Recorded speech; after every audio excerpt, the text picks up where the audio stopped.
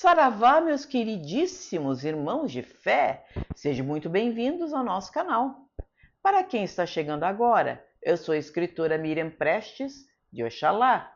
Eu sou co-dirigente do Instituto Caminhos do Oriente, aqui em Viamão, Rio Grande do Sul, e também agora no prestigioso convite de conselheira de fundamentos da Afobras, uma das principais federações de cultos afro-brasileiros do Brasil.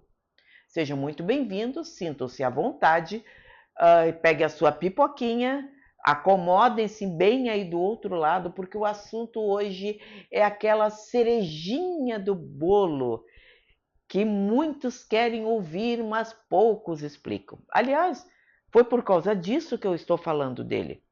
Um irmão nosso muito querido, que está sempre sugerindo boas ideias, o Mauro, ele me disse o seguinte: fale um pouco sobre banhos de ervas, fale um pouco sobre ervas, porque ninguém explica direito. Talvez. Então agora eu vou explicar como nós compreendemos. Vocês viram aqui no início do vídeo aquela plaquinha com a seguinte frase: Coci Uê, Coci Orixá? Desculpe o pessoal do Candomblé, eu não falo Nagô, não falo Yorubá, então, gente, minha pronúncia é um horror. Corrijam-me, por favor, se eu disse alguma bobagem. Mas Coci Uê, Coci Orixá quer dizer, sem folhas, não tem orixá. Não existe culto afro-brasileiro, culto africano, sem a utilização de folhas. A folha é o elemento mais importante de equilíbrio, de axé, que possa existir dentro da nossa religiosidade. Aprender sobre ervas é vital, é a nossa cereja do bolo, é o conhecimento final que um filho de Umbanda ou alguém dentro dos cultos afro-brasileiros, e quando eu digo assim, é a gama ampla de cultos afro-brasileiros possa chegar.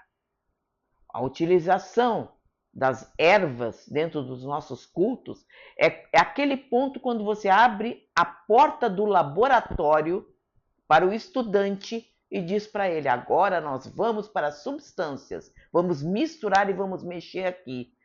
É aquela fase da prática, aquela fase da excelência, depois que você já aprendeu tudo o que tinha que aprender. Aí você entra no laboratório. Por isso que não é ensinado antes. Por isso que não é ensinado a torto e a direito, como muitos querem. O uso sábio das ervas, ele é muito importante. Eu vou falar, começando pelo assunto, uma história que você vai adorar. Infelizmente, de uma pessoa que desencarnou em 2011, o José Flávio Pessoa de Barros, é o nome completo dele. Ele era considerado um babaloçã, ou seja, alguém especializado no uso de ervas no candomblé. Ele desencarnou em 2011, essa sumidade que nós tivemos o prazer de conhecer. Quando foi? Foi na década de 90, no ciclo de palestras ministrados pelo seu CAB, na época do babalorixá Adalberto Pernambuco Nogueira. Ele se apresentou e contou suas histórias. Vejam que coisa incrível. Prestem bem atenção. Até hoje nós lembramos da história dele, depois de tanto tempo. Tamanha a impressão que ela nos causou. Contava ele, que ele chegou no candomblé muito doente, como último recurso, depois de ter procurado todos os especialistas possíveis nos problemas de saúde dele, sem encontrar solução. Ele contava que chegou no candomblé, pegaram ele, mandaram ele ficar só com a roupa de baixo, dentro do candomblé, colocaram ele dentro de uma tina, de um enorme reservatório de água, onde ali haviam ervas, muitas ervas moídas ali dentro. Era um verdadeiro caldeirão de ervas ali. Dizem que ele contava que ficou alguns dias, que ele não poderia sair. Ele só saía para fazer as suas necessidades e voltava para dentro. Contava ele que depois de alguns dias ele estava curado da doença. Sim, é o que ele contava sobre isso. E algumas pessoas podem até testemunhar este relato de Pessoa de Barros. E após isso, ele ficou tão curioso, porque ele era um professor universitário, era um homem muito culto, ele ficou muito curioso sobre isto, como era possível esse conhecimento ancestral ser capaz de curar uma doença que ninguém conseguia curar. E ele começou a estudar ervas, estudar. Quando viu, estava dentro do culto, e quando viu, se tornou um babalauçãe, alguém especializado no uso de ervas. Nós temos aqui, me permitam, um dos seus livros. Esse livro aqui ele é muito importante, porque ele traz resumidamente todo o conhecimento dele. É um livro muito simples, até fininho, mas muito bom. E a partir dele, a partir do livro também do professor Fernandes Portugal, que é esse aqui, que esse é meu livro de cabeceira sobre ervas. E, naturalmente, até vou pegar com cuidado, porque é um livro volumoso, que é o Ewe, de Pierre Verger. Olha isso aqui. Só sobre ervas. Que nós vamos trazer o Minuto Mandinga a partir de agora. Não apenas ensinando coisas simples, que era para ser pequenos feitiços, coisas banais que você encontra pela internet. Nós vamos dedicar o Minuto Mandinga ao estudo das ervas. Acho que vai ser bem mais útil e bem mais interessante. Mas dentro desses critérios, não apenas aqueles critérios que a gente vê por aí, naquelas tabelas fornecidas por canais esotéricos, que a gente não sabe a procedência, ensinando sobre ervas. Nós vamos utilizar este conhecimento aqui. Então não vai ser qualquer coisa, não. Vai ser isso aqui, para ensinar sobre ervas para vocês. Então nós vamos aprender muito sobre isso. Nós precisamos também entender alguns detalhes sobre ervas, que dependendo da origem do candomblé, dependendo da origem, da procedência africana, vai mudar a categoria, vai mudar a classificação. Vejam, prestem bem atenção, no candomblé banto tem um tipo de classificação, no candomblé nagô, yorubá, tem outra, no candomblé jeje, tem outra. E aí vocês dizem assim, mas da onde? Porque vocês vejam que no candomblé há ervas de origem africana que só nascem na África. E que os irmãos do candomblé, muito sabiamente, foram, na primeira oportunidade que tiveram na África, trouxeram mudas dessas plantas para cá, plantaram e elas floresceram. Algumas não têm como nascer no Brasil, como a árvore Iroko, por exemplo, que é a morada do orixá Iroko, que foi substituído pela gameleira branca, que nasce aqui no Brasil. Então vocês vejam que houve adaptações e há adaptações, inclusive regionais. Vejam a sabedoria da africanidade dentro dos nossos cultos. Do Rio Grande do Sul, por exemplo, que é um clima temperado, não nasce certas ervas do clima da Bahia, que é um clima praticamente equatorial, quentíssimo, que só nasce lá.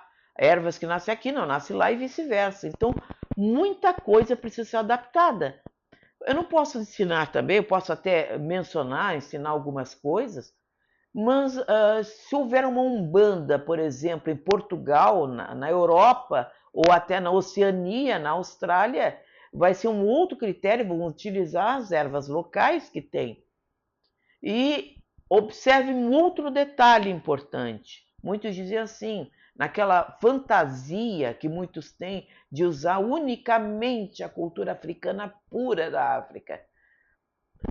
Os próprios quilombos, que eram os refúgios de fuga que os africanos tinham na época da escravidão, entrava em contato com as aldeias indígenas. Muitas delas eram limítrofes, era um limite entre uma aldeia indígena e um quilombo. E ali houve trocas de informações. Os indígenas ensinavam as ervas locais do Brasil para os africanos. E os africanos muitas coisas ensinaram também para os indígenas. E isso, essa mistura de culturas, esse grande caldeirão de culturas, é que formou o candomblé no Brasil. Então, o candomblé puro africano é uma utopia que muitos abraçam, não sei baseado em quê, porque na realidade isso não acontece. Houve o tempo inteiro aqui no Brasil esse caldeirão, essa mistura de culturas que formou tanto o candomblé brasileiro, que o candomblé é uma religião afro-brasileira, quanto a própria Umbanda. Então esse purismo da religião é uma utopia que muitos abraçam e que não tem o menor sentido. Mas isso é uma observação aqui no meio que vale a pena você anotar aí no seu caderninho. Sim, porque eu vou recomendar para você ter um caderninho para essas anotações, porque vão ser muito importantes a partir de agora. Por exemplo, aqui nós falamos, já que a Umbanda não usa o sangue animal, é proibido desde o seu início, o que ela usa como fonte de axé primário para os seus trabalhos? Ela utiliza as ervas, os vegetais, como axé primário. Então, é o que nossos irmãos, amigos, muitas vezes chegaram para nós e fizeram a seguinte brincadeira conosco. Você se diz dirigente de Umbanda. Ok. Qual a erva de Ogum que você conhece? Aí já grita lá no fundo. Ah, eu conheço a espada de São Jorge. Muito bem.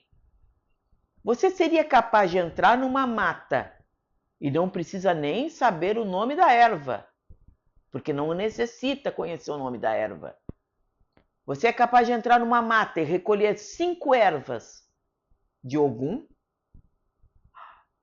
Aí você ouve aquele barulhinho de grilo no fundo. Muitos não conseguem. Só conhecem aquelas ervas da tabelinha de suas anotações, não conhecem mais nada.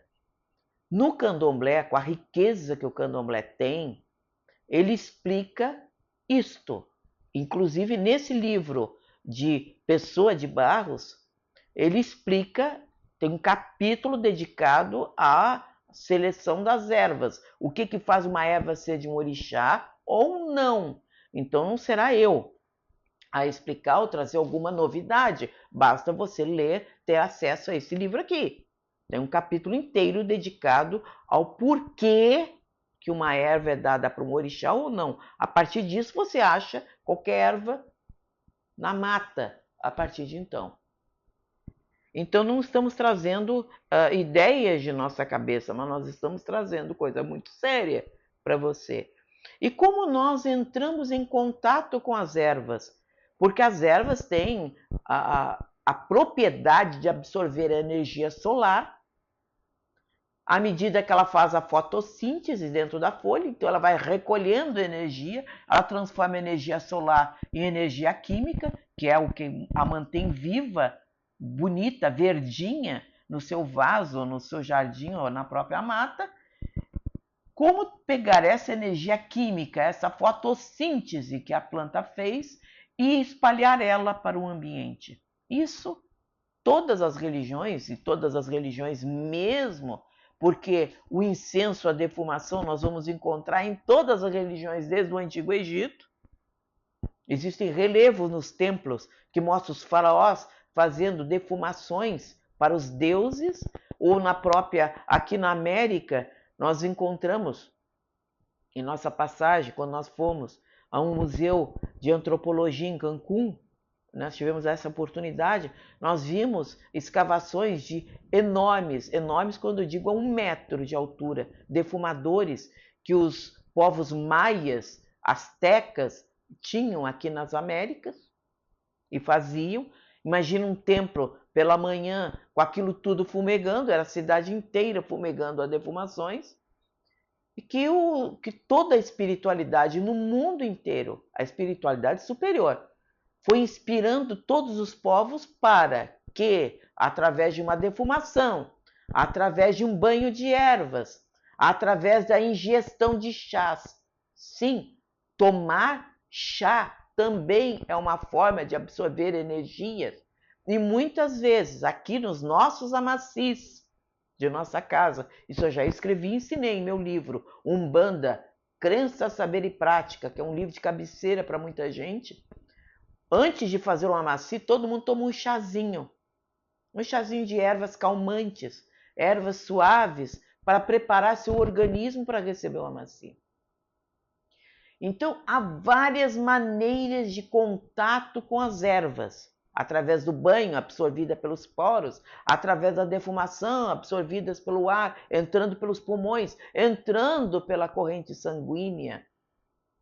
O próprio chá também entrando através do estômago na corrente sanguínea. Você pode ter várias maneiras de contatar com as ervas. E erva, vejam bem, novamente, prestem atenção. Qualquer erva? Não. É muito importante para aquele que estuda ervas conhecer que certas ervas não podem entrar em contato com pessoas alérgicas a ela e mulheres grávidas. Aliás, a mulher grávida, a gente tem que ter muito cuidado em ministrar um banho de ervas para essa pessoa. Aliás, eu recomendo de forma bem genérica o banho de sal grosso, que não faz mal para ninguém, ou um banho de mel, mel puro. Porque pensem bem, as abelhas, quanto tempo juntando néctar das flores, ali formando aquela substância, imagine o axé que ela tem. Mel não é uma coisinha qualquer. Como muitos têm acesso facilmente ao supermercado, acho que mel não é nada. Mel puro é uma substância sagrada, uma substância de um axé absurdo dentro da nossa religião. Então há muitas maneiras de você contatar. Então tome muito cuidado. Recomendem banho de sal grosso para uma mulher grávida, um banho de mel, onde você coloca um pouco de mel na água de banho. Não faz mal para ninguém. Tomem muito cuidado com isso. As coletas das ervas. Coletar erva, as ervas, é algo muito sagrado, não é qualquer coisa não. Não é você sair da cama caindo e lá sei eu, ter feito qualquer coisa e você vai lá recolher ervas. Não é assim. Aliás, Pessoa de Barros, nesse livro, explica muito bem sobre isso, sobre a coleta de ervas, coisa que nós também tomamos muito cuidado no nosso terreiro. Em primeiro lugar, o dirigente ou a pessoa responsável na coleta das ervas precisa ter tomado um cuidado de 24 horas, não praticar sexo, não comer certos alimentos pesados que fizeram o organismo gastar muita energia para digerir. Ele tem que tomar banhos de descarrego e tem que ser colhidas as ervas ou de madrugada, ou antes do sol sair no horizonte. Então, quando o dia está querendo raiar, ele pode ir lá coletar as ervas. O ideal é que as ervas sejam colhidas no mato. As ervas que nascem de forma selvagem, elas têm muito mais axé, segundo todos os estudiosos, do que as ervas que nascem em nossos terreiros ou plantadas em canteiros. Só que com a urbanização dos terreiros, está se tornando impossível você ter uma mata que você possa ir coletar ervas selvagens ali. Então, esse cuidado pelo menos tem que tomar. Se você tem ali as ervas, que sejam canteiros especiais, que não sejam de acesso de qualquer pessoa. As pessoas não podem estar coletando ervas ou colhendo ervas de qualquer jeito. Tanto que há ervas sensíveis ao contato, como a própria arruda, que é o considerado por Ramatiz o grande termômetro da natureza, e é verdade. Se você não está bem espiritualmente, você toca numa arruda, ela morre. Então, é considerado um termômetro da natureza. Então, tem que tomar todos os cuidados. Também as árvores de grande porte, é morada de orixá. Aqui no Rio Grande do Sul, por exemplo, a figueira selvagem, aquela figueira que nasce assim, ela é considerada morada de vários orixás. A figueira nativa aqui é dada para Xapanã, geralmente, mas também é morada de Exu, de orixá, e também pode ser consagrada por rituais, enfim, a algum orixá, para que responda ali. Essas grandes árvores, como a gameleira branca, Iroko, como eu falei, a morada de Iroko, né? A jaqueira, a árvore de jaca, da fruta jaca, que é a morada das iamis, das nossas ancestrais, as mães feiticeiras que respondem nela, a própria palmeira de noz de cola, né, que pertence a Oxalá, e tantas outras plantas, árvores de grande porte, são consagradas aos orixás. A coleta também das ervas segue a lua. Você também não pode colher erva a qualquer dia, a qualquer hora, de qualquer jeito. Já vimos o cuidado do pessoal que tem que ter, aquele que vai colher, no caso o dirigente. Nós vimos o local onde ela vai ser colhida. E também temos que observar a lua. A lua tem que ser na lua crescente ou cheia, que é quando a seiva está mais na ponta, nas folhas. Então ela vai estar rica, ela vai estar plena, cheia de seiva, para ser utilizado naquele axé. Aqui também classificam as ervas quentes, mornas ou frias. As ervas quentes são aquelas usadas para sacudimento, aquela para limpar, para faxina espiritual, né? As mornas para trazer recursos para as pessoas, alimentar as pessoas, e as frias com algum objetivo específico. Eu, como sou uma pessoa que sempre estou simplificando tudo, sou dessa natureza, eu classifico em dois tipos as ervas. As ervas de sacudimento, aquelas para limpeza mesmo, e as ervas atrativas, aquelas ervas que trazem alguma coisa. Porque tanto as mornas quanto as frias, elas fazem a mesma coisa, elas trazem recursos para as pessoas. Então eu classifico em duas. Ou ela serve para limpeza espiritual, ou ela serve para trazer algum recurso, para alimentar o axé daquela pessoa. Como nós vimos em vídeos anteriores sobre o entendimento do Banto, sobre o axé, sobre a energia, sobre prana, que nós vamos de novo deixar aqui embaixo o link na descrição para você, você vai compreender. É claro que um assunto com essa riqueza, eu não pude explicar tudo nesse vídeo. É claro que eu vou ter que voltar várias vezes para falar sobre ervas aqui. Também não falei do segredo de saber, entender qual é a erva de cada orixá, que Pessoa de Barros nos ensina.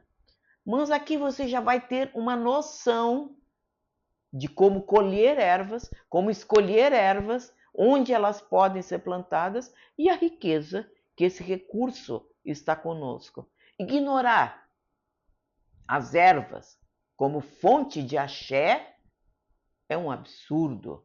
Muitas religiões, muitas doutrinas ignoram isso. Ignoram a riqueza que temos, que Deus nos deu um grande laboratório.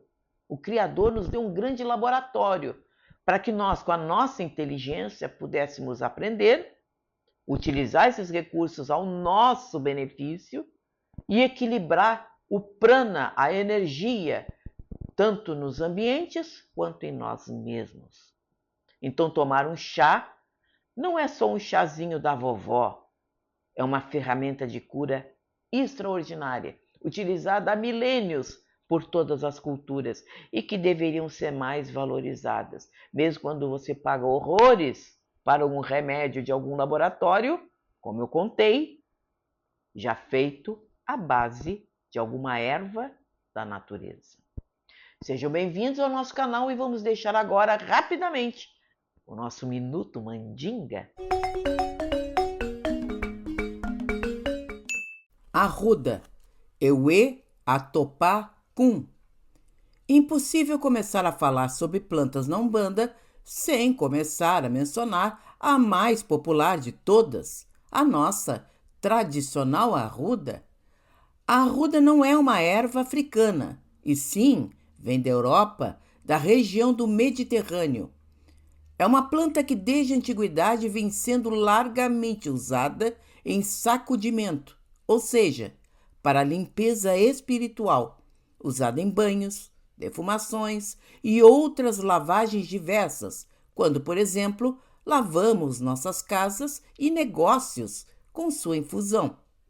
Como erva que afasta más energias e a baixa espiritualidade, é usada em benzimentos por nossas entidades e usada também até na orelha, em defesa espiritual, como fazem nossos pretos velhos durante seus trabalhos. A variedade de folhas graúdas é consagrada a Exu, usada em sacudimentos. Já a variedade de folhas miúdas é consagrada a Oxóssi, podendo ser usada na limpeza de casas e limpeza de colares de guias. Ela não é recomendada para uso em amacis, nem em chás, por ser muito tóxica. Sejam bem-vindos, sejam sempre aqui conosco.